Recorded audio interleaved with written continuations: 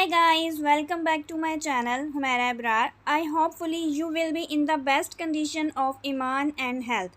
हम जा रहे हैं काशीज़ सलोन आपको सलोन और काशीज़ की प्रोडक्ट्स दिखाने। पर उससे पहले YouTube पर तमाम वीडियो लिंक बर वक्त हासिल करने के लिए सब्सक्राइब के बटन पर क्लिक ज़रूर करें और मौजूद घंटी के निशान को दबाएं और वीडियो को लाइक करना मत भूलिएगा।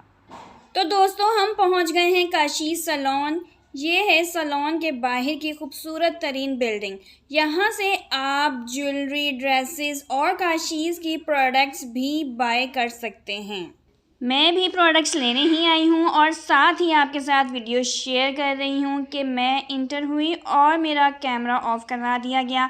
स्टाफ से बहुत रिक्वेस्ट की, पे करने का भी कहा, पर उन्होंने कहा सॉरी अलाउ नहीं है। आई डोंट नो कि स्टाफ ने मेरे साथ ये क्यों किया।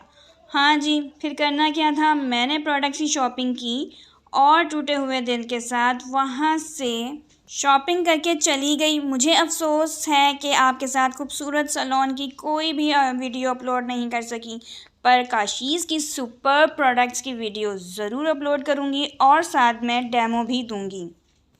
मिलते हैं नेक्स्ट वीडियो में। अल्लाह ताला आपका और मेरा हामी और नासिर है। अल्लाह हाफिज़।